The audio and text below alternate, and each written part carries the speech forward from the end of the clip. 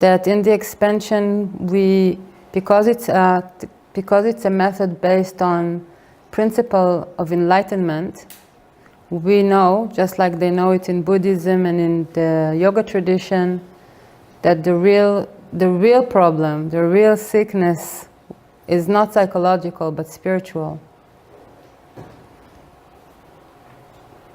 Spiritual ignorance in the sense of not knowing who we really are, not being in touch with the power of our consciousness, being locked in that small layer of the mental emotional field,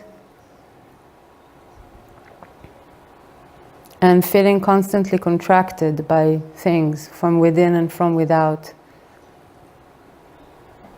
So when a person comes to me, and I know that we're not going to talk about things from a psychological point of view, in the sense that I will look at him as a psychological being. I will look at him as a spirit that has not woken up yet to its own presence. It's just forgetting, it's not remembering yet the truth of who we are.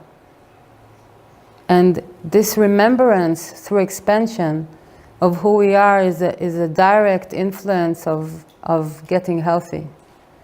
So maybe one day as instructors we will have a little research. I really want to do research on this technique.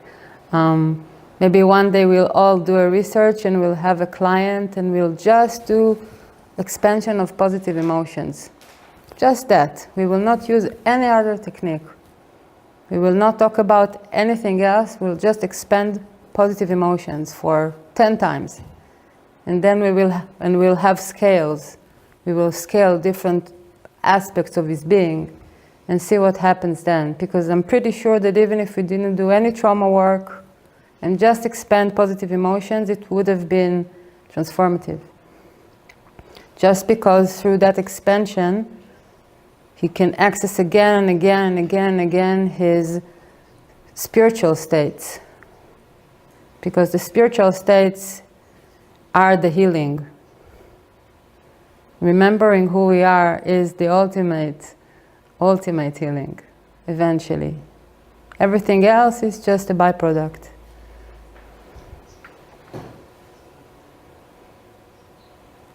So even if you don't choose to bring that aspect to the front when you present yourself as instructors or tell people about it, it's important that you remember that, because you bring that energy field into the room.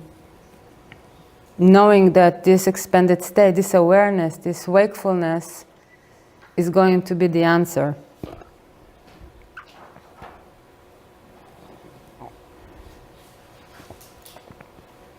I remember in my process at some point it became to me very clear that the real problem is the sense of separation. That as long as I have that feeling of being separated from other people, being separated from life, from the source of life, from the universe, I always feel miserable.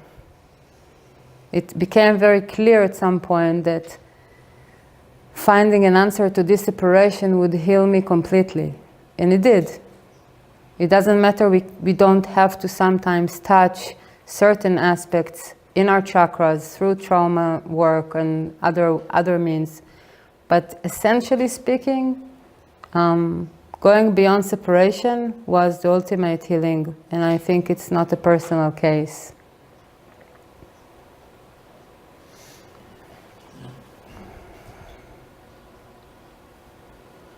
So we are really bold.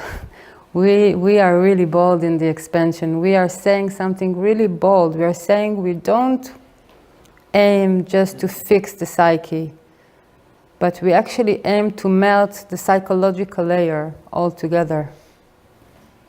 The very fact we can perceive ourselves as psychological beings is the problem.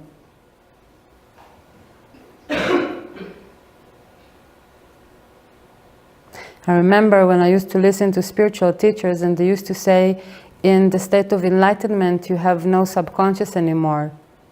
Or most of your subconscious has already become so conscious that there is no inner world. There is no inner, there is no outer, it's just one flow. And I remember feeling, my God, can that be possible? That we will not have an inner world anymore? The answer is yes, it's possible. And maybe the people who come to us will never reach such a deep state of meltdown, but they will taste it every time they expand.